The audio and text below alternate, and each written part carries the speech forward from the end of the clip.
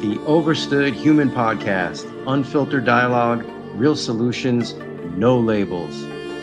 The Overstood Human Podcast exists to inspire people to live with strength, freedom, and a purpose in a world full of noise and division. We champion a life anchored in true health, strong family, personal sovereignty, and self-discovery, inspiring our listeners to thrive beyond the confines of the design system.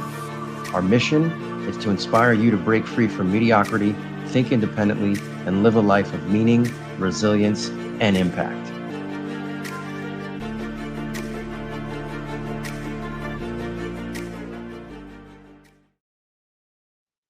I am Frank Tortorici.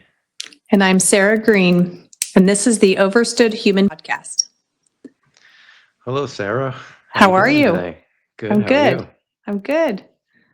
How was your trip? I want to hear all about it. Yes. Oh my goodness. So just got back from Nashville, Tennessee. Actually, this clinic I went to go visit is about 2 hours east of Nashville.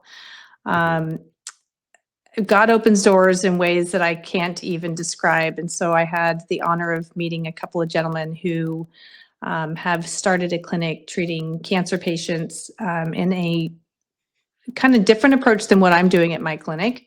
They take special blood tests. It's called an RGCC, which looks at circulating tumor cells in the body.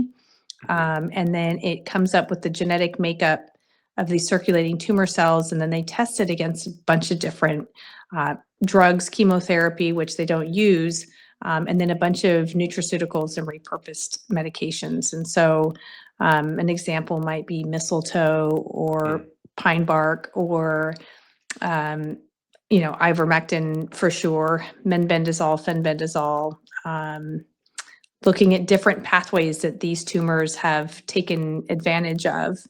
And then they come up with special peptide concoctions that you can give to patients through IV infusion and then either intramuscular or into the tumor or the lymph node to kind of target these cancer cells.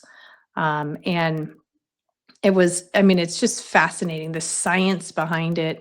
Nobody has any kind of chemotherapy reaction. This is all stuff coming from Earth's surface, from what God has placed on this earth to heal. And we know prior to Big Pharma, the Rothschild, the Rockefellers, that whole industry, we were treating patients holistically. That's what we did.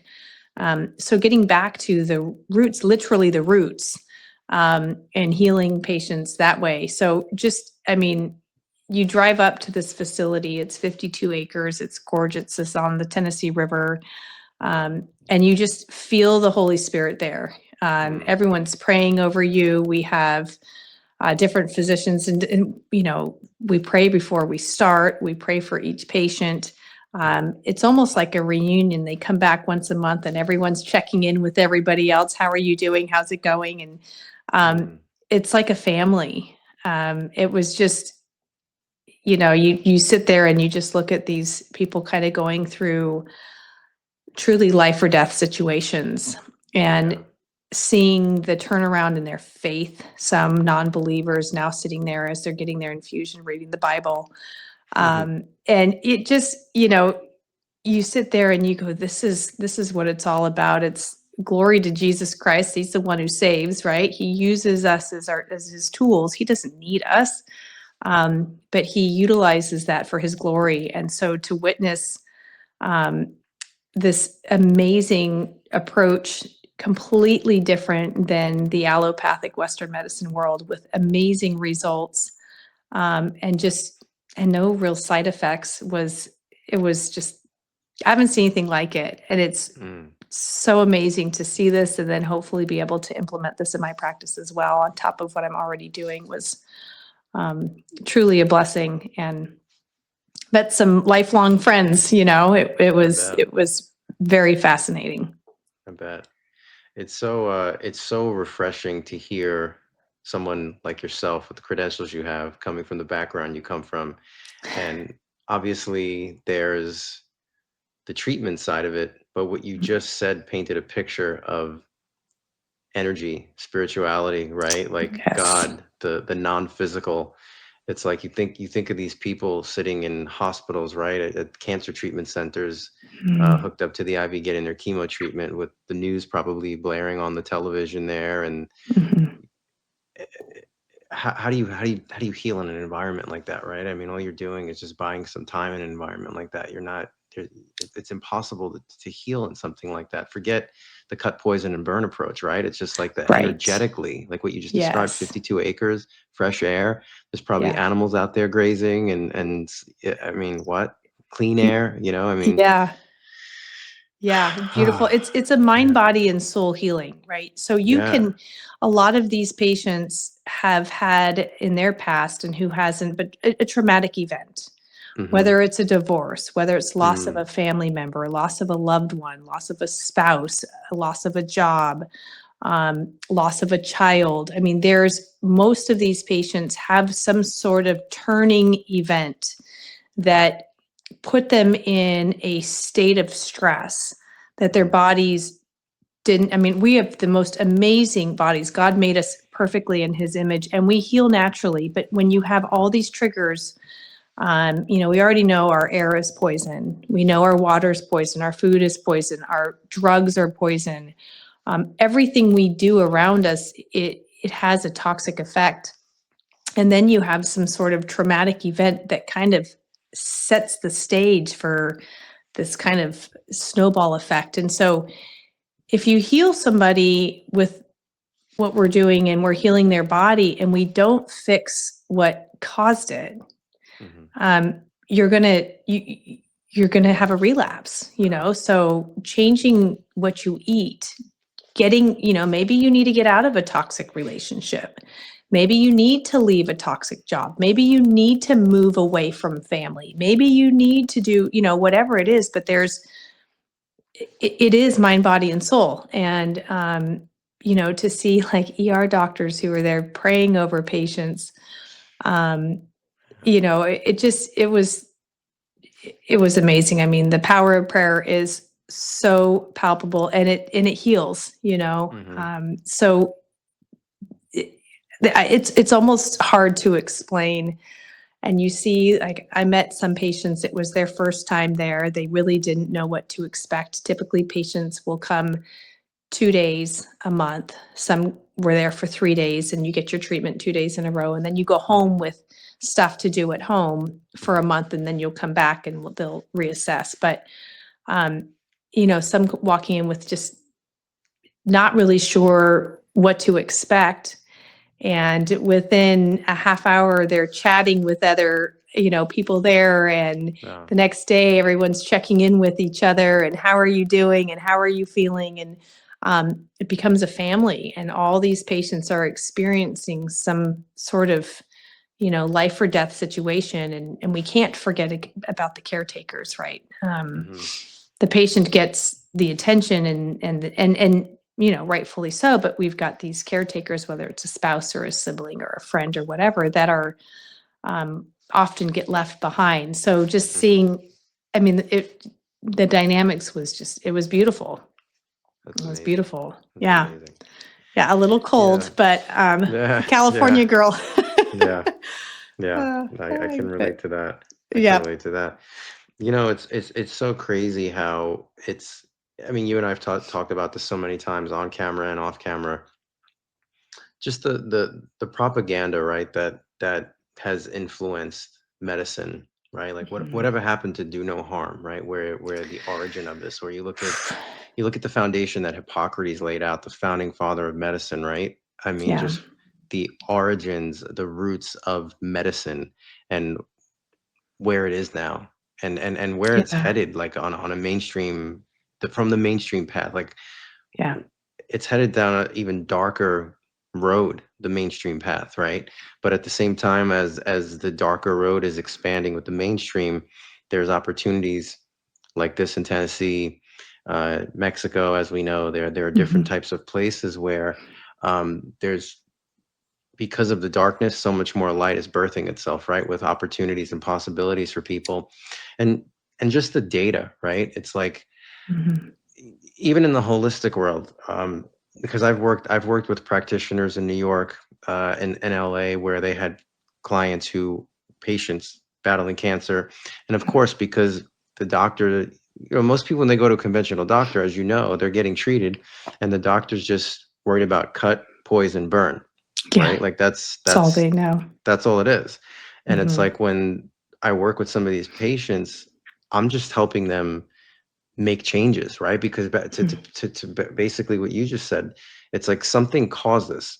And we may Yeah. or may not be able to figure out what caused this because there are so many variables, right? Environment, water, air, what's in your house, carpet, paints, like it could be anything, Mhm. right? There's Mhm. genetic predispositions too, but I believe Sure. those things can be turned off too, right? Through Mhm. these mechanisms that we're talking about. So it's fascinating to me, like when I work with somebody like that, just how in the dark they are, right? Like Mhm. the doctor's talking about cutting this organ out, cutting that organ out, and cutting this organ out, and then radiating you and filling you with poison for the next like 12 weeks, and yet not one discussion of any of that, right? Right. It's always mind blowing too. I've had so many people tell me, like, when I would talk to them about, say, hey, maybe you should check into a good liposomal vitamin C or something like that, and they run it by the doctor. Well, it won't hurt you, so you could take it if you want, but it probably wouldn't do anything. Like that's just their attitude when it comes to anything that's non-pharmaceutical. Right. So it's really mind blowing, that and it's sad, because there's so many people that believe in that system. But at the same Mhm. time, it's like I said, I mean, the fact that that system has been so corrupted, it's birthed Mhm. platforms for people like yourself to do what you're doing, and what you just witnessed and experienced in Tennessee and Mhm. all these other areas. It's a beautiful thing. um and then obviously post COVID now, right? It's like we're hearing so many cancer everywhere, right? Yeah. And there was just recently this Japanese scientist, I think we discussed this, you and I, about the Mhm. P53 gene and how they're Yeah. finding how the spike proteins are actually turning off those genes. And so you could obviously explain it better than I could, but from what I know, the P53 gene, us humans only get two of them, one from the mom, one from the dad, right? Mhm. Whereas like elephants have what, about like 8 to 10 of them or something like that, or Mhm. 20? They have quite a More bit. than that. Yeah. Yeah. Yeah. So, and what they're finding is the spike protein is actually basically turning that gene off in That's humans. right. That's basically what's happening. Correct me if I'm Yeah. wrong, right? Am I safe in saying Yeah, that? and I think in the vaccines too, SV40, which has been found in the Mm-hmm. vaccines, will shut that off. I mean, yeah, your P53 gene is like your detector. It's out there looking and finding cells because we're always making abnormal cells, but something's Mm-hmm. got to say you don't fit. Right. You're out of here, and that's that P53 gene. Right. And so are they basically saying that it's the spike protein from the virus itself and or from the shot? It could be either or, right? I mean, because there's a spike protein from coming from both angles, right? Yes, absolutely. And, I mean, cancer was around before the vaccine. Sure. I think, though, the vaccine definitely has exacerbated and accelerated a lot of cancers, and someone who even just got the virus. And I think at this point, probably everybody has been infected by just the virus itself. So yeah, I mean, it plays with your CD4 and CD8 cells, which are it's your immune system. And so your immune system gets shot just getting the virus itself. And we know that there's shedding. So Mm-hmm. that's a thing. So I have a lot of patients who said, I didn't get it, but my spouse got it. I'm sorry, but you're being shed on. Yeah. You just are. Yeah. I'm not saying anything other than like you guys probably all ought to detox. And Mm-hmm. there are some scientific papers showing certain supplements that are very beneficial. And at this point, I think that I take it every day. I did not Mm-hmm. take the vaccine, but I'm around a lot of people that did. Yeah. Um, they're putting it in our food. Yeah. They're putting it in the animals. They're putting it, I mean, who knows what's being shared in the sky? It could easily be Yeah. they're making aerosolized vaccines. And so Mm. there will be a point where everyone will, even if you said no, I mean, unfortunately, it's reality that these demons that are controlling this will make sure that it's in everything that we consume. Yeah. So having an immune system that can fight it, that can, eliminate these spike proteins is key and staying, I mean, ultimately, and you know this better than anyone, that our health, our fitness, it Hmm. it doesn't matter what you own. It doesn't matter what's on in your 401k. It doesn't matter what car you drive. It doesn't matter how rich you are. When you lose your health, nothing else matters. Yeah. And so protect it and cherish it and nurture it and work for it while you've got it, instead of being behind the 8 ball playing catch up while you're fighting for your life. Yeah. Yeah, it's something that I think so many people who do not work in the health field take for granted, right? Sure. I'm sure through your career and through mine, it doesn't matter how wealthy you are, like just what you said. I mean, I've worked with people who were very, very wealthy and they were fighting for their life and would give anything just to not be in pain and not be sick, right? I mean, Yeah, it's a basic mindset, basic necessity, but also it's something that so many people take for granted, right? I mean, absolutely. I always it trip out, right? When you think about like you and I are sitting here right now, hearts pumping, our livers working, our kidneys. I mean, there's so many moving parts, and Yeah. you don't have to do anything about it right now, right? But Yeah. but I mean, like to take that for granted and not put things in there to nurture that process Hmm. is insane to me. Yeah. It really is. I mean, I come from the school of thought. Look, again, I do believe in genetic, right? And I think it's crazy for people to downplay cancer, right? Because I mean, I can't think of one person that I know that hasn't been affected by cancer, either a family Hmm. member, a I mean, everybody knows somebody that there's cancer, right? I mean, it's Sure. just it's there. It's like it Mm. impacts everybody. I mean, do you know like what the probability is? Like, what is it? One in I what think is it's it? Like, one in it's 3 now. One in yeah, 5. I mean, it's bad. Yeah, it's just, it's it's gonna, bad. it's gonna far surpass heart disease. Yeah. And maybe it already has in very, rapidly growing, um, the term is turbo cancer, Hmm. where at time of diagnosis, you're stage 4. Um, Yeah. where that's So unheard of.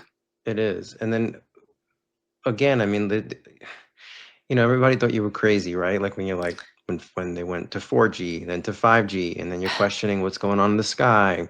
GMOs, right? And then again, forced vaccines. Like it's never, for the person who's always a naysayer who's tuned into the 5 o'clock news, if you bring up all those pointers, it's like, yeah, well, there's no proof. Like, shut up, right? Like that's kind of the answer you get from people. But it's Sure. almost like a perfect storm that's been cultivating over the last Mhm. several decades, right? I Mhm. mean, let's face it, like what's been happening.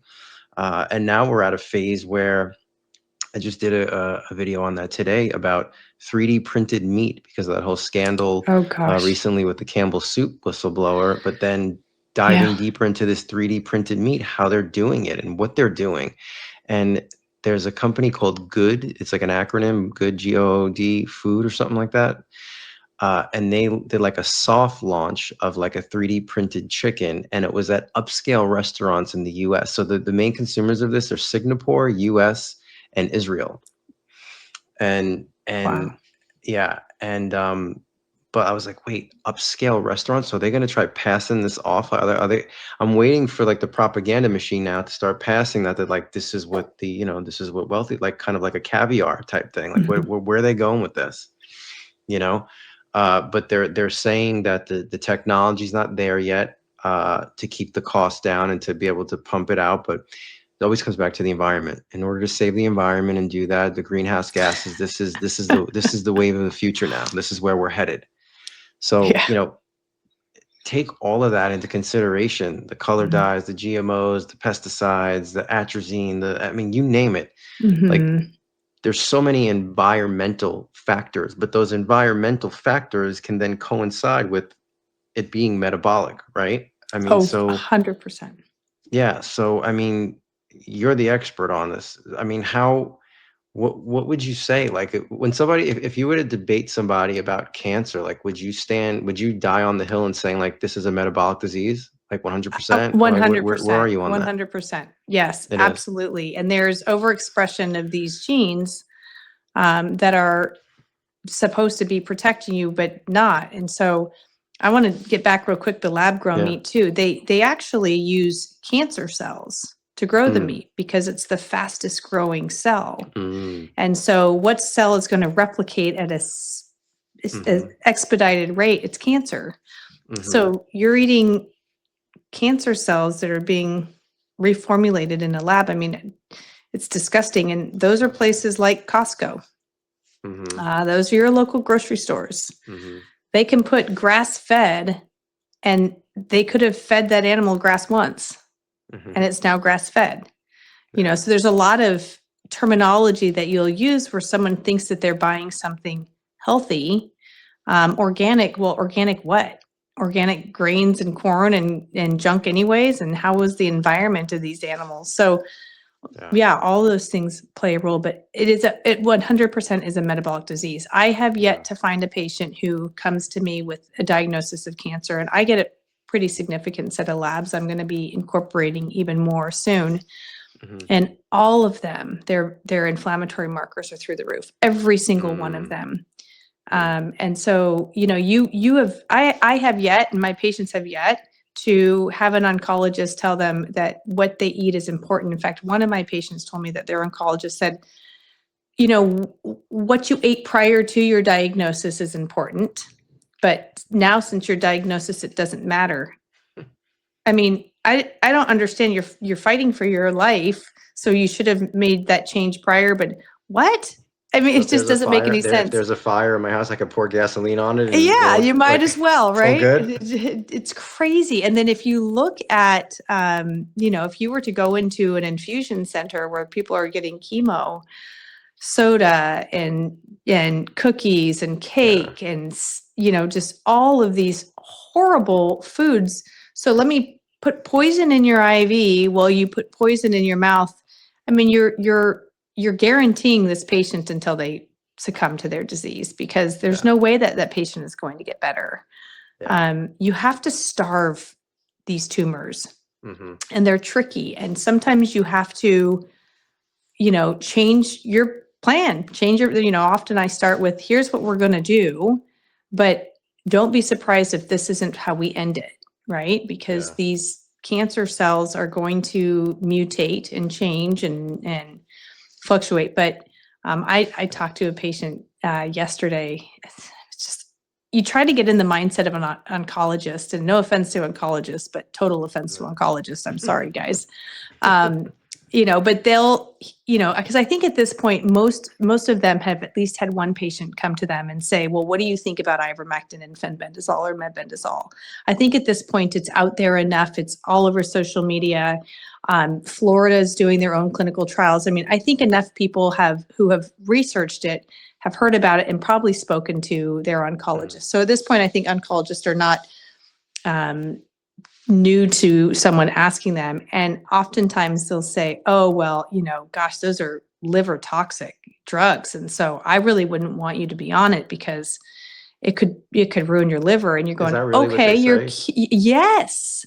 And you're going, okay, but the chemotherapy drug is known to be hepatotoxic, like black box warnings on that. So you're cool if you give me this chemotherapy, but you aren't cool if I want to take some repurposed super safe medications. Not to cut you off, but isn't it so, I mean, I know my mom, when she was 37, 38, maybe 40, she had ovarian cancer. And she had a full hysterectomy, and they put her through about 6 rounds of chemo, it was stage 1. They took everything out. And just because she had cancer in her body, they had to give her precautionary 6 rounds of it, even though it was stage 1 and they got everything out. Again, I was what? I mean, my sister's a nurse practitioner, but we were kids at the time, you know? Sure. But just from those 6 rounds, she developed fatty liver, is my point. So what happens to these? That's the thing, like, and maybe you could elaborate on this. To my knowledge, when you're dealing with treatments like, say, chemotherapy, you're buying yourself time. You may be killing the cells, but you're not killing the DNA of the cells. Therefore, a reoccurrence is like pretty high probability when you just go the conventional, especially because, Yeah. again, you think of the average person who's going to the cut, poison and burn factory. They're doing Mhm. that and they're making zero lifestyle changes. So, right, they've Yeah, because poisoned they're told they themselves. don't have to. Right. So is that true, where it's not really killing the DNA of the cells, so they're still there in a sense, where, again, if you're not working every day to turn them off and keep them off, the probability of them getting turned back on is pretty great. Yeah, the circulating stem cells are not. And if you think about chemotherapy, I mean, chemo's killing everything. Right. The goal of chemo, and I understand to a degree, is to hopefully kill the tumor cells faster than you kill the patient, the host. Hmm. Um, Sometimes that happens, but most times it doesn't. And then the side effects of those chemotherapy drugs are toxic to the other organs. So oftentimes, unfortunately, patients will succumb to multi-organ system failure. It's not even necessarily the cancer that is taking them out, it's that their organs are shutting down. Um, you can also, your immune system is completely just destroyed. So a common cold could kill you. Hmm. And I think the biggest question that patients should be asking their oncologists, because I do think that there's a role, I wish that, oncologists were taught about nutritional stuff, taught about supplements, taught about repurposed medications that potentially could be beneficial, and the pathways that those medications will kind of help with fighting these cancers. Um, but so they need to learn these things, but as a patient, you need to be asking your oncologist, what is the percentage, or what is the time span that you see on average if I choose to do chemotherapy versus if I choose not to? And I think probably the oncologist has some that will just say, I'm not going to do the chemotherapy. I'm just not doing any lifestyle changes, and I'm just going to let this take me over. And they'll say, I mean, I had some, they said, a month. And so you're pushing chemo, but you're telling me that chemo is going to expand my life by a month, but I'm going to be sick as a dog the entire duration of my life. So you need to ask those questions. And they, I mean, I'm hoping that, I think we've got some changes in the medical school system. Hopefully, I'm not sure when this will be implemented, but teach about nutrition. Yeah. Teach about diet, teach about exercise. That's never done. We are taught, I mean, if you look at, go down the rabbit hole of who actually writes these textbooks, it's McGraw-Hill, and that's, And the the studies that are in Maxwells. them, right? Who's funding those studies, right? In the medical books. Right, right. Big Pharma is supporting the Mhm. studies. They will not let anything get in there that is, look what they've done with the COVID vaccine study. But, we're taught to, here's a disease, and here's your prescription pad, and this is how you treat it. It's not really treating it, it's just a Band-Aid. We're not getting to the root cause, but what side effects do those medications have on the body, and what do I'm looking at, so people that take chemo, the neuropathy that they get, it can be just life altering. And then the likelihood of a secondary cancer, sure, you ring your bell, woo, and not many even get to do that, but then they get some more aggressive form of cancer developed that is resistant to the chemotherapy that you use because it's already had a taste of it. And so oftentimes, if someone does survive their first cancer scare, they'll have some secondary cancer that develops because of the treatment of the first cancer. So all of those things need to be discussed. Oncologists make a lot of money prescribing chemotherapy drugs, unfortunately. Yeah. And so them being okay with the repurposed medications is a threat to their income, and money talks. And so there's probably a few out there that are okay with it, but I few and far between for sure. How much do you think?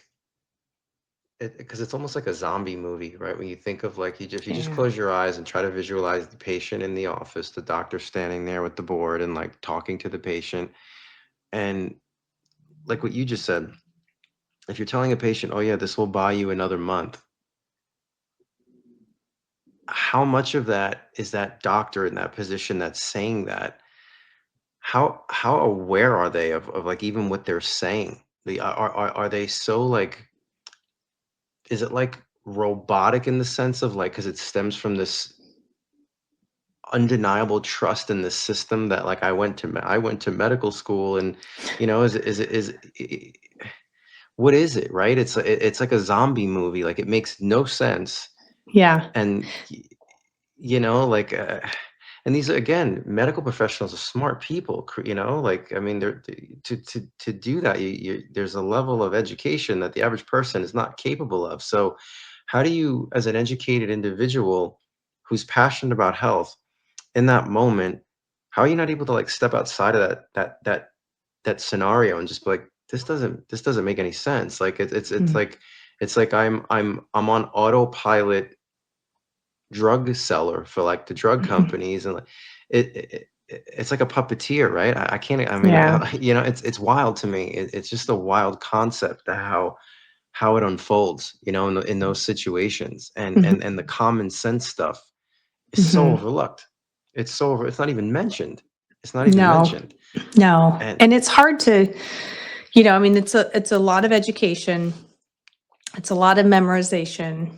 It's a lot mm, of believing the system yeah, and never being taught alternatives. And so I think when they come in, and I can't speak for all of them, but I mean, I didn't realize how corrupt the system was until COVID hit. Truly, I mean, the yeah, blindfolds were ripped off, and I was shocked, and I had to actually go back to school and learn the truth, right? So there are courses in functional medicine. One of my favorite conferences that's coming up is A4M, Anti-Aging for Medicine. A lot of utilizing repurposed drugs and peptides and kind of the future of medicine, some of which hasn't even really come to fruition yet. You have to get yourself back in the system, but in a different system, not the big pharma prescription pushing system. yeah, But you have to realize that you were lied to. And that's a hard pill to swallow. You have to realize that it was all an indoctrination. Maybe 15% of what I learned in school is how I practice my medicine. The rest, because I mean, we need it. You got a car accident, you got a trauma, you have a yeah, heart attack, you have a stroke. Like yeah, we need that. of But course. to keep people healthy and prevent disease, it is the worst system possible. And so Hmm. you really have to have a yearning to learn, and there has to be some kind of aha moment, whether it was COVID, whether you have a vaccine in your child, whether you treated your parent with chemotherapy and it killed them when like whatever it is, there has to be some sort of glitch in the matrix, so to Yeah, speak, for you to kind of go, whoa, what just happened? Because otherwise you got your head in the sand and you follow marching orders and you just keep doing what doesn't work and you never question it. And while you have cancer, everyone dies from cancer. I mean, it's just like, that's probably the mentality when that yeah, doesn't actually have to be, but there has to be some sort of aha moment, or you were already totally awake when you went to medical school yeah, and learned what you needed to learn to pass your boards, knowing that none of that was how you were going to actually practice medicine. So yeah, there has to be something, but I mean, and it is. If someone told me 5 years ago, this is what you're going to be doing, I would look at him and laugh. And there's no way. I'm not. I'm not going to be treating tons of cancer patients, and no way. This is where God wants me, hmm, and I question, but I follow. yeah, And so it's just you have to kind of become more aware of like what's going on and what is there. He already knew what was happening, what was going to happen. I mean, this everything is playing out exactly how God wants it to play out. Even though we see a little pinhole, he's forever in eternity. And yeah, so there are things on this earth, like ivermectin is actually a microbe found on a golf course in the soil in Japan. That's where mm, ivermectin comes from, right? hmm, It hasn't been found anywhere else. And that, I mean, millions of lives have been saved by that, with not just COVID, but used for river blindness and tons of other diseases. And now we're using it for fighting cancer too, treating cancer. And so we Is got there to get really back like to the well, herbs. is there a specific manufacturer of that you love, or because I know there's different types of people producing it now, obviously, right? So Sure. how do you Yeah. verify like which is the legit one? Sure. I mean, I can never, for my own credentials and for the safety of my patients, I would never say take an animal form of ivermectin. And I know people were in binds during COVID because unfortunately the system was not there to save you, Yeah. but they went to feed stores and it saved their lives, and kudos to you for doing that. But as a provider and a prescriber, I can get you the human grade form. I would never send your ivermectin to CVS or Walmart or Walgreens or whatever, because that's manufactured by big pharma. And so people talk about, heavy metals in there and whatever, all the nanotech and all this stuff. If it's going to be in there, it's going to be in the big pharma made 3 milligram tablets. I use compounding pharmacies. They do third-party testing. They make sure their stuff is pure. They're not mixing with anything. There's no chemicals. There's no, it's gluten-free and dairy-free and dye-free and super clean. And so I will only use compounding pharmacies.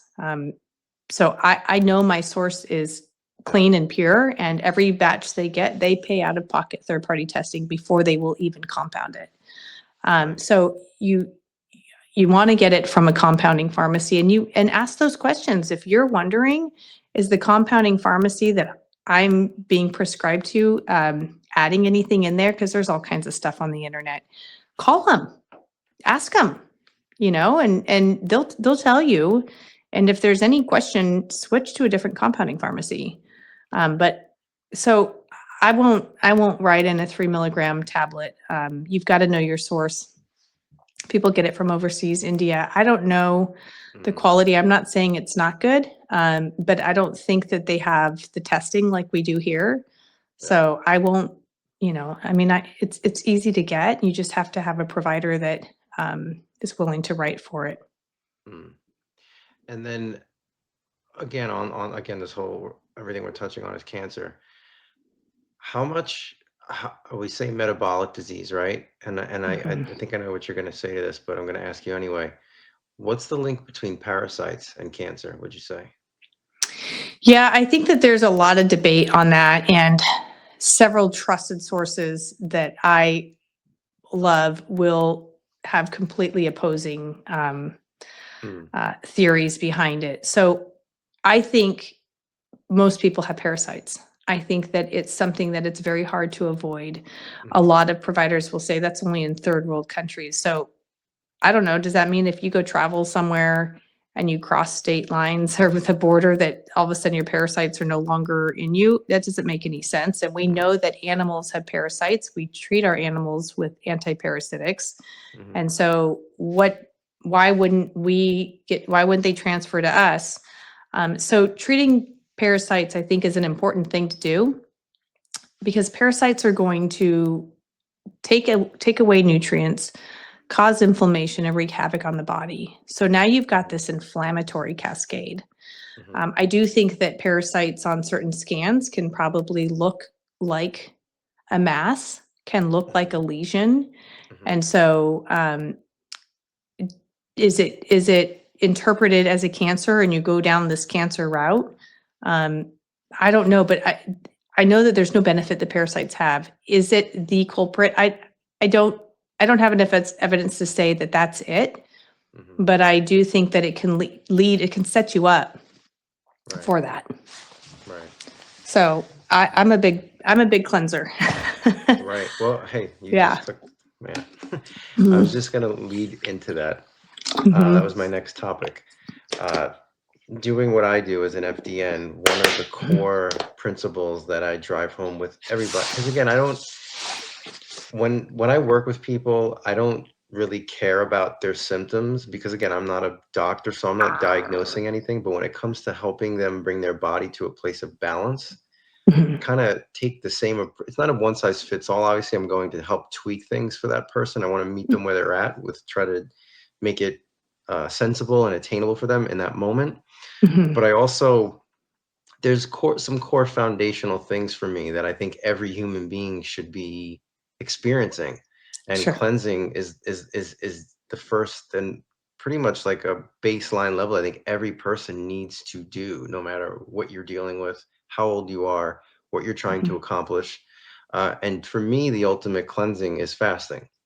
You know, Absolutely. I've done juice fasting. I do a lot of water fasting now. Mhm. And I just think the human body is I always say the human body is the most amazing piece of machinery on planet Earth.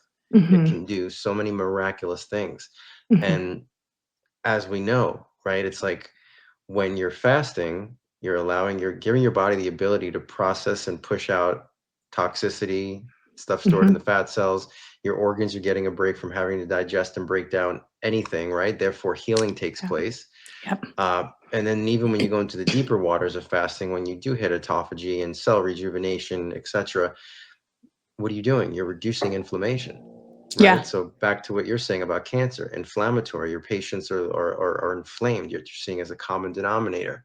Yeah. Um, so, whether it's somebody that just comes to me that just wants to get in shape, or somebody who's got a grim diagnosis, but they want to bring their body to a place of balance through, like I use these acronyms: DRESS, diet, rest, exercise, supplementation. And Mhm. those are like the pointers that we follow through, that I Mhm. take people through and try to help Mhm. it cultivate into their life, right? It's Mhm. it's it's a lifestyle. Kind of what you said before, like there are steps you have been taking that led you to this point.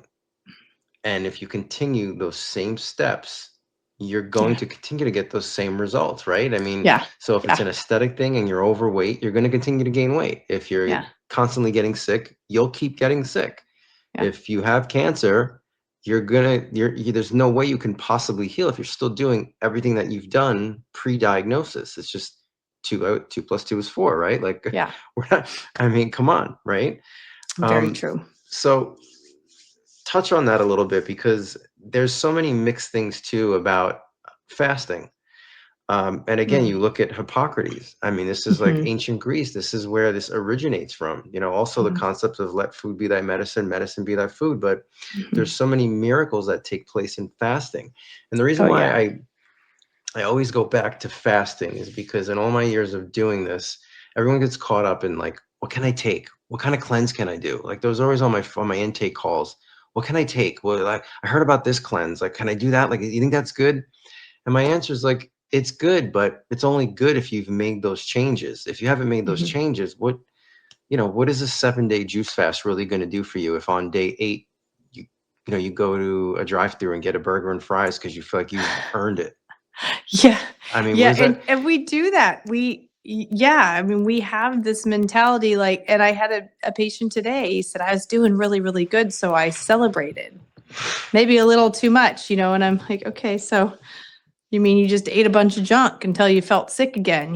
So I think biblically, there's a lot of, it's all over the Bible: fast and pray, fast and pray, fast and pray. And I think that a 3-day fast is very biblical and Mhm, allows the body to really get to the toxins that you need to flush out. mhm, But I'll for someone who hasn't fasted, intermittent fasting at least, cut down your meals. We are not made to eat the amount of calories that we eat. We're definitely not made to eat the type of food we eat. I think America is probably the sickest nation out there. We poison our food. I mean, the seed oils and the starches and the carbs and the genetically modified and the glyphosate sprayed. And I mean, you name it. I mean, we're living in a toxic world. Um, and the body has to be in a state of fast to clean. So fasting is huge. I had a patient fast for 30 days. He tried to make it 40. He fasted 30 days. just Um, water? Yeah, water and electrolytes. Okay. And he dropped his PSA from 31 to 17. He's on a bunch of Wow. stuff, but 31 to 17, 30-day fast. I looked at myself, I don't know how you pulled that off. And it Mhm. is, I think, we are living in a spiritual battle. Yeah, This is a spiritual war. yeah. So fasting, it's going to be a spiritual battle to do that, right? Your mind is going to say, I can't do this. I can't do this. But you can do it. And, when they come out and you'll feel the toxins start to come out. So you may actually feel worse for a little bit as your body is expelling these toxins. Yeah. I think probably after 24, 36 hours, you kind of like, all right, I've made it this far. I can keep going. But like for me, I mean, I kind of eat one meal a day. Yeah, That's what you do. yeah. So I don't, I allow my body to really get rid of toxins, and it's, and some people, they can't do that, right? Some people, it's not a good idea to do that, but we have to allow for that. And yeah, if you go back to, it's, you know, we call it insanity when you keep doing the same thing and expect a different outcome. So Yeah. if you go back to a lifestyle that is toxic, a toxic environment, you're going to reproduce the same disease that you spent so much time and energy getting rid of. Yeah. So it's a, and I hate the word diet. I think It's it lifestyle. sets up for failure. It's a lifestyle change. You have to, and I have a patient, he's amazing, and he has completely changed everything. His diagnosis was pretty bleak, and his oncologist said, you have to do chemo. If you do chemo, you'll survive 2 years. Now, he had no symptoms whatsoever. This was just kind of an incidental finding. 2 years if you do chemo, 1 year if you don't. And he said, all right, so I'm dying in 2 years, and I hate when oncologists give you, because only God knows, right? The oncologist can't tell you. And so he chose not to do the chemo. It's been over a year, and he's cancer free. And but he will never eat a dessert again. He will never have a sip of alcohol again. He will never do anything that will put him in an environment and set up his body for failure. And that's his approach. He said, no, I look at it like, if I do that, and he probably, he will not. And he's thriving. But he did not do the conventional route, and he's, How old is he? He's in his 50s. See that? So, I mean, so many people take the stance of like, oh, I can't change my ways. Well, there you go. Somebody in their 50s, right? I mean, you want it. Yeah. There, And yeah, when the drive is there, and I haven't been in a situation where I'm facing a life and death diagnosis, so I can't speak from experience. But if someone told me that this is the path you have to take, or you may not make it, I mean, I would do everything in my willpower to be able to keep that going, and so you have to have a will to survive. You have to have an outlook. And look, there's two things promised in life. Death is a promise. No one will outlive that. No one will ever get past that, right? We are all going to die. And it's kind of, it was sudden, we weren't expecting it. We're all going to die. You could, who knows? It could be tomorrow. Live the best life you can live, because you don't know when your last breath is. But it is a promise that we all will die. And there's a promise that we will all be saved if we believe.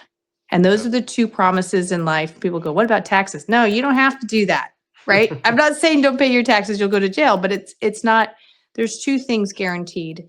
And salvation and death are both guaranteed. And so, and I want to say on that note, you always hear that from people, like, oh, you only live once. I'm going to enjoy my life. I'm going to eat, I'm going to eat like this. I'm going to drink on the weekends. I work hard. I'm enjoying life. And it's like, people with that mentality, to me personally, I see that as like, they lack self-love. They haven't truly found their purpose, that what we talk about on the show, our why, all the time, right? They haven't really discovered that, even if they're successful. I mean, there's plenty of successful people that do things just because it pays well and that's what they're used to. So there's an escape mechanism there, Mhm. right? Like that it's just Mhm. they're not living life. They're just Mhm. escaping their demons, like temporarily. Mhm. That's all that Mhm. they're It's doing. their vice. And Mhm. in the midst of that, they're degrading their overall quality of life. And Mhm. before you know it, they're, farmers got them, right? Like they're a lifelong customer. And I always Yeah. say that too, like even for Yeah. myself, like I don't want to live forever. I just want, while I'm here, I want to be as pain free as possible, right? As Yeah. farmer free as possible. Right? Yeah. Like that's the ultimate goal, because if you're taking 3 to 4 medications every day, like that's a Yeah. sucker to me. Like you're not free. You're not enjoying life. Like I Yeah. because those come with side effects, as Oh, we know, absolutely. pages and Absolutely. pages of side effects, right? Yeah. Yeah. So Yeah. it's but and this is what I hope that this show sheds light on to people, is to get them to realize that whether you have received a grim diagnosis or not, it is code red, because you're being bombarded every which way you Right. turn, right? You're Yeah. being bombarded every which way you turn. I mean, we rambled off so many factors that could possibly be leading to this surge, and what we're all Mhm. seeing, and especially what you're seeing, that this is your specialty. Yeah. There's so many factors there. So because of those so many factors, you, the listener, have zero luxury to wake up tomorrow morning and go to Starbucks and get 40 scoops of sugar in your latte with a croissant, Yeah. and then a Subway Hero for lunch, and then pizza Yeah. for dinner, and then a beer at night when you get home and you don't have the luxury to do that. Mm-mm. None of us do. Like No. none of us do. Like, as you said, this is spiritual warfare. Mhm. And what greater attack from there's a spiritual attack, but it's the attack on our health, right? Because if Mhm. we're sick, we're screwed. We're Yeah. screwed. As you said Yeah. earlier, absolutely nothing else matters. Nothing. Right. Right. Nothing. Right. Right? Yeah, and I think, we all have our vice, right? So Mm-hmm. being able to, because we've talked in past ones, just Yeah. struggles that we've gone through and Mm-hmm. issues that we've dealt with. And we're not coming at it because we haven't been there in Oh, no. our own God, no. battles, right? God, And no. and at rock bottom, we've been there, Mm-hmm. we've done that. Yeah. So it's not a judgment like you need to do this, you need to do that, but No. we've had our wake up call, and and praise God, we that's not something. But I think every day, whatever struggle it is, you can break those chains, right? Yeah. Jesus died on the cross. You need to just take one step forward, one step forward and change something. And it's daunting if I get a new patient in my office and I start naming all the things that I want them to change. They look at me, their eyes are big, and they will never do it. And I don't blame them. So I start with, get your plastic cutting boards out of your kitchen. Mm, Just start with that. no. Throw them out. Get wood, get metal, whatever. Get the plastic cutting boards out, and then I'll get the plastic spatulas out of there. I mean, Yeah. start with the cooking ware. Yeah. Start with something that's easy enough. Mm, Work on not drinking tap water. Get the seed oils out of your house. Read food labels. Whatever, and you check the labels of your supplements, because some supplements, super cheap ones, yeah. can Toxic. actually be toxic. So Mm-hmm. if you start looking at all the things, and it's daunting. So you got to pick what is one thing that I feel like getting rid of the plastic cutting boards is kind of easy. I think that's great. Yeah, So it's I a great start idea. there, Yeah. but Yeah. it's just one thing at a time, and they come back. Okay, I Yeah. got rid of those. Okay, let's work on your pans. How many Teflon pans do you have in your Yeah. kitchen? Yeah. If you just keep going down. The So awareness, right? The awareness it factor is. that you It have to is. bring the person to. Yeah. Yeah. Yeah. Yeah. And it's baby steps, but Yeah. eventually, and everybody that I have that has followed what I recommend, they feel amazing. And they'll tell me, Yeah. as soon as I have a cheat, it's a party or whatever, and there was cake and I had it, like, I felt horrible. It wasn't worth it. And so when you change your habits to the point that your body doesn't even know what to do when you eat sugar, and Mm-hmm. it almost rejects it, Yeah. like, oh yeah, okay, I that's always tell right. people that's when you're in pocket, right? Like when Yeah. you do things that you used to do that were a guilty pleasure, and then you go back to do it, and when you do it, the hangover is takes for good 48 to 72 hours just to get over that piece of Yeah. cake with wine and Yeah. like all over the weekend. That's how Yeah. you know you're in a groove. Your body's rejecting that now, and that's a Yeah. beautiful thing. And people always tell me, Yeah. oh, well, that sucks. I can't do that anymore. I'm like, trust me, you'll get to a point where you won't even keep doing it.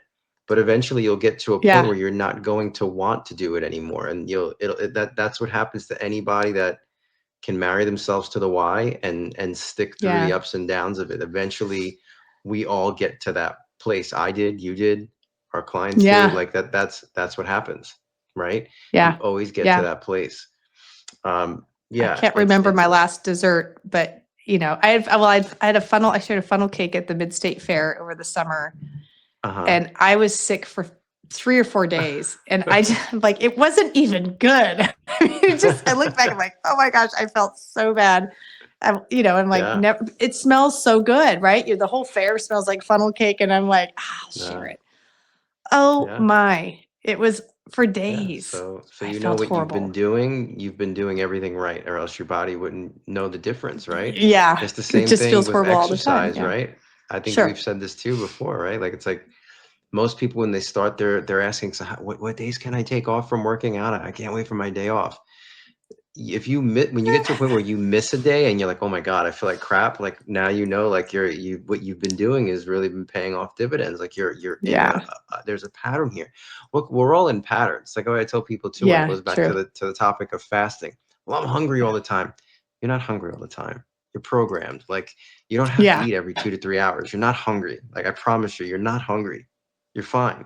yeah, Of yeah. course, if they're eating Drink like some crap water. and they're malnourished, but that's the other thing too. How many Sure. overweight people or just skinny people, but that eat all the time that are malnourished, right? And they're eating all the time because they're Hmm. eating Hmm. such low nutrient dense foods, right? Or their Yeah, gut is so bad that they can't even absorb the nutrients, right? That's yeah, obviously yeah. a Your gut. whole nother issue, right? Um, Sure. but all in all, if you ate a really balanced dinner, Hmm. you're not hungry when you wake up in the morning. Like you do not need to eat the second you open up your eyes at first thing in the morning. Like Right. Right. you're not hungry. It's Yeah. just I mean, look, like I fast pretty much regularly now. Like I eat one meal a day. So I'm fasting about 23 hours a day, 23 Hmm. hours a day. I'll give myself like an Hmm. hour, 2 hour window to eat, then like maybe have, a little something after that. But when I hit that hour 22, 23 mark, I start feeling the hunger pains more than ever because why? My body knows it's time to eat now. So if Hmm. you're eating 3 meals a day with snacks, it's not hunger. It's just your body's programmed. Like, oh, it's time to feed Hmm. me again. Right. Yeah. So it takes that discipline to just pump the brakes, say, I'm not going to do that today. And then next day, I'm not going to do that today. Next day, I'm not going to. And just before you know it, little by little, these patterns, you could start reprogramming yourself. We're all brainwashed. We're all programmed. Just Yeah. you get to choose your programming. I think it's Reset that, it. right? Just Yeah. reset. You've got to hit the Yeah. reset button and start all over again because what you were Absolutely. doing isn't working, right? It's not Absolutely. working. Yeah. Hit Yeah. that reset. Yeah. Yeah. So is there anything else you want to Yeah. add before we wrap this up? I mean, again, I think this is a topic that we should cover again because there's so many other things that Sure. I don't even think we touched on yet. But is there anything Yeah. else that you would like for anybody to take away from this that you haven't said up until this point? Yeah. So I think that just taking charge of your health now before before you get a diagnosis, it doesn't have to be cancer. It can be anything that's life changing. Taking control of it now is super important. It doesn't mean life's over. You still got to fight. There's a fight in you. You can get better. But you have to take control. And if right now you're wavering on that pre-diabetes, pre-hypertension, pre-whatever, stop what you're doing because you don't want it to be too late. Mm-hmm. Yeah, and I'll end it just kind of to complement that what you just said. I think it's your mind. Your mindset plays a huge factor in your perspective on things. Mm-hmm. And as you were touching on before about this facility in Tennessee, we were Mm-hmm. talking about how it being a spiritual thing. Yeah. I always like to tell people instead of putting it in the context of the doctor just diagnosed me with this. I have to do this or else I have to do this. Don't look at it as a have to. Look at it as an opportunity to heal. Look at it as an opportunity to do something that you always wanted to do, but always Mm-hmm. talked yourself out of it. Because I honestly, I've never met one person that has told me that they want to be sick. Everyone, oh yeah, I want to be Sure. healthy. I want to be fit. I want to be vibrant. I want to have energy. I want to be able to get up and kick ass. Like everyone shares that same sentiment, right? Mm-hmm. So wherever you're at on your journey, but if you're a person specifically listening to this who your back's against the wall now and you feel overwhelmed and you're scared and I understand all that. I overstand all that, correction. Yeah. Um, Look at it as an opportunity. Like there's no mistakes, and the fact Mm-hmm. that you're listening to this right now is not a mistake. It's Mm-hmm. an opportunity to see a new day and to be a better version of yourself. I always tell people, be better than yesterday, and it's an Yeah. opportunity to do just that. Yeah. So in saying that, we will touch on this again, as it is a very important topic. Mm-hmm. We will give you guys the opportunity to write in questions and for us to answer specific questions in upcoming episodes. But for now, uh, just share this to anyone that you think could benefit from this. Most importantly, and if you guys have any questions up until this point, you know where to find Sarah. You know where to find myself. And if there's anything we can help guide you along the way, it would be our absolute honor and pleasure to do so. So I am Frank Tortorici. And I'm Sarah Green. And this is the Overstood Human Podcast. Thanks for Thanks for listening. joining. Thank you for watching the Overstood Human Podcast. Be sure to join in next week. This podcast is for informational purposes only and is not intended to be a substitute for professional medical advice, diagnosis, or treatment. Always seek the advice of your physician with any questions you may have regarding a medical condition. Always consult with your physician before starting any exercise program or doing anything contained in this podcast.